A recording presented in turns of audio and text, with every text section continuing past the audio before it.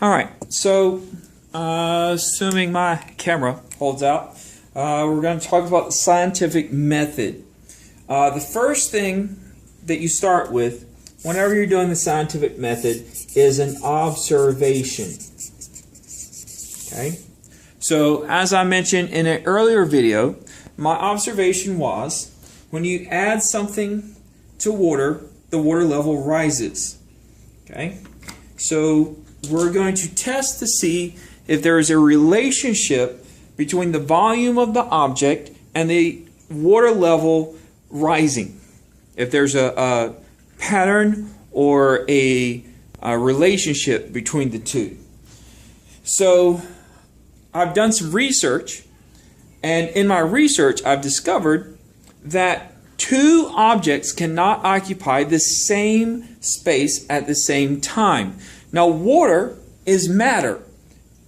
And being that it's matter, all matter in the universe, according to my research, has mass and takes up space. So the water is matter, so it takes up space.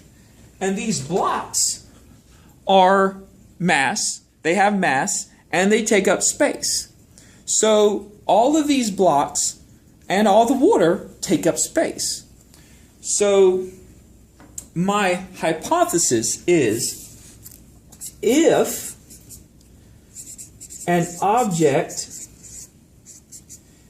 is added to water, the waters increase in volume will equal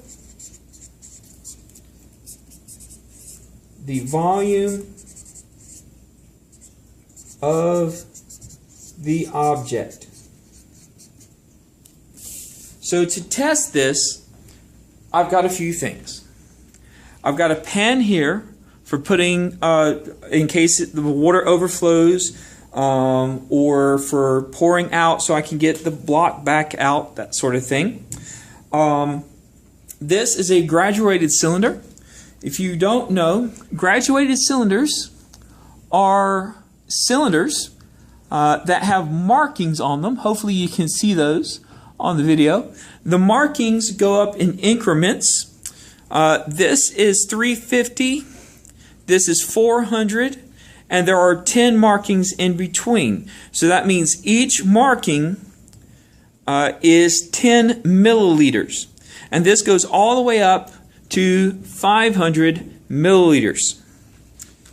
All right, so right now I have 400 milliliters in my container. So I'm going to make a data chart, and I'm going to have volume of water, H2O, and then volume with block. Okay, so that's my data chart right now. So I'm going to take the first block. Now the first thing I need to do is I need to find out the volume of the block. Okay, so the volume of the block. So actually, I'm going to redo this. See, science is all about noticing new things and making changes. So I actually need 3 blocks. I need the volume of the block, volume of the H2O without the block, and volume of H2O plus the block. Okay, so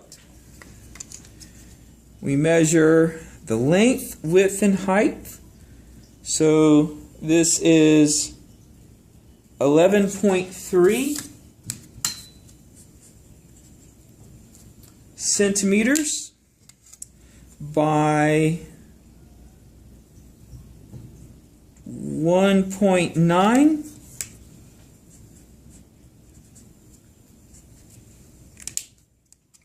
and 3.5. And these are all centimeters. So my answer will be in centimeters cubed. So I'll let you figure out what that volume should be. Now we're going to take the same block and we're going to put it in the water. Okay, now it floats. So I'm going to push it down with the ruler. Make sure you use a plastic ruler if you're doing this so that you don't warp a wood one with the water. So I'm going to push it down until it's just under the water. And I see that it has gone up to 455, 460, 65, 70 to 75. So the volume of this is 475 according to the graduated cylinder. So this was 400 milliliters and it went up to 475 milliliters. By the way, it should be noted, I also found out in my research that 1 cubic centimeter equals 1 milliliter. So this could just as easily say 400 cubic centimeters. Okay? So we do that, and then we would repeat that, maybe not with that block, it doesn't fit, but we would repeat it with other blocks that fit, and we would measure their length, width, and height, put it in the water, and then find the volume. So in this case, can you guess what our control would be and what our independent variable would be? So if the teacher could pause the video, or you can pause it if you're watching this at home, take a second and think about what the independent variable is and what the control is. Okay?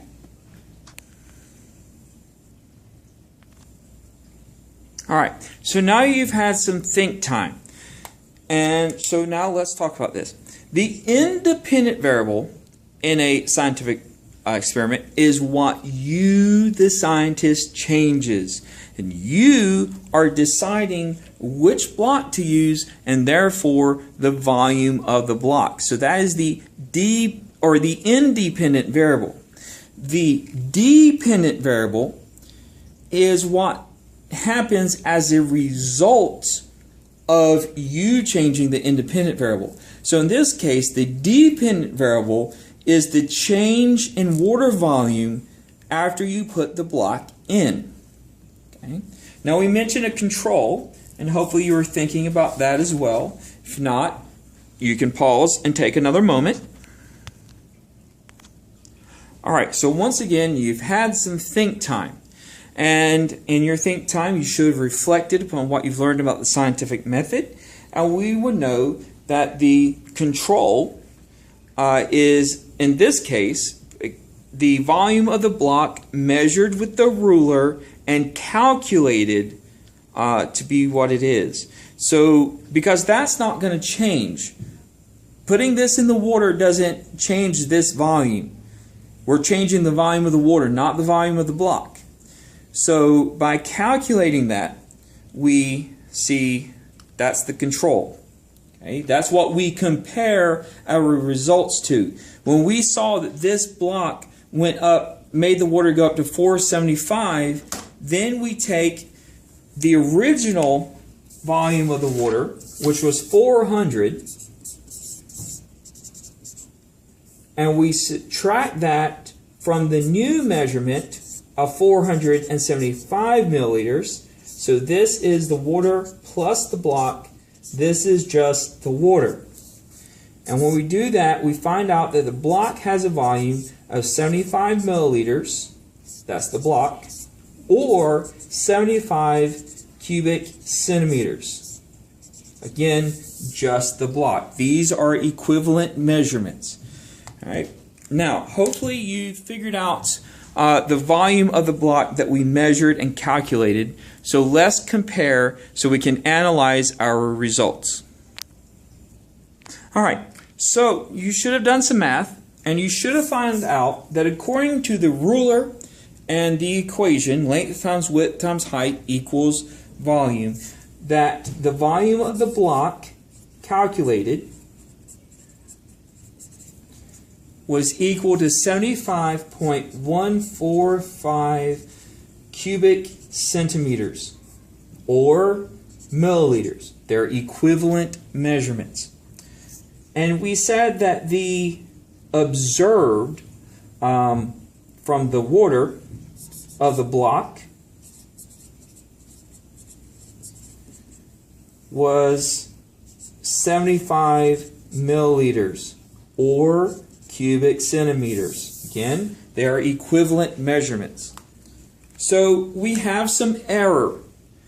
We measured it and got one thing, and then we observed something else. Now we would repeat this with many different blocks over and over again, maybe even different objects. We'd repeat it using the same block. We could even get other graduated cylinders that might have more detail on them, and we could refine this. Also, the ruler is, this is not the kind of ruler that NASA would use. So it may not be perfectly accurate. So there's some error. But I think that these numbers are very close. If you owed me $75.14, but only gave me $75, I would probably be happy. I'm not going to stress too much over the 14 cents. Okay, same thing here. All right, so if we repeat this many times and we get the same data, consecutive data that shows the same thing, then we can draw a conclusion. And in our conclusion, we're going to say that using this graduated cylinder and this ruler, we found these measurements, and we found this is what we measured using our hypothesis, and that they're very close. In fact, this is a very close measurement. You could calculate the percent difference, but it's less than 2% error, so this is very close. And I would expect that we would get the same thing. In fact, I know we would. If I was a student doing this as a science fair project, this would not be a good science fair project because I know what's going to happen. This is Archimedes' principle.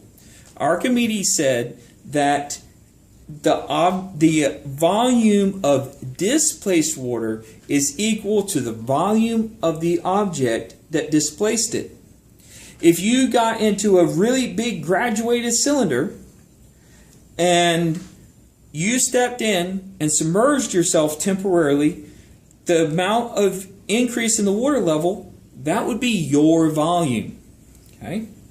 So, in fact, there's videos of science teachers doing that you can probably find on YouTube. So that would be your conclusion. And in your conclusion, you would use the research that you did about water displacement. You would use the data that you actually got. That's a very important part. And you would then put it all together and explain why you're right or why you are incorrect, and all the while referencing the research and the data. Then finally you would publish your results. Now scientists do that in scientific journals. You would do it at science fair. And other students, parents, and teachers and judges are going to see the results of your labor. And you may spark an interest in them. You may spark curiosity, and they may go and repeat your procedure. And if they can repeat your procedure and get similar results, then we really know we're on to something. Okay? So that's called reproducibility.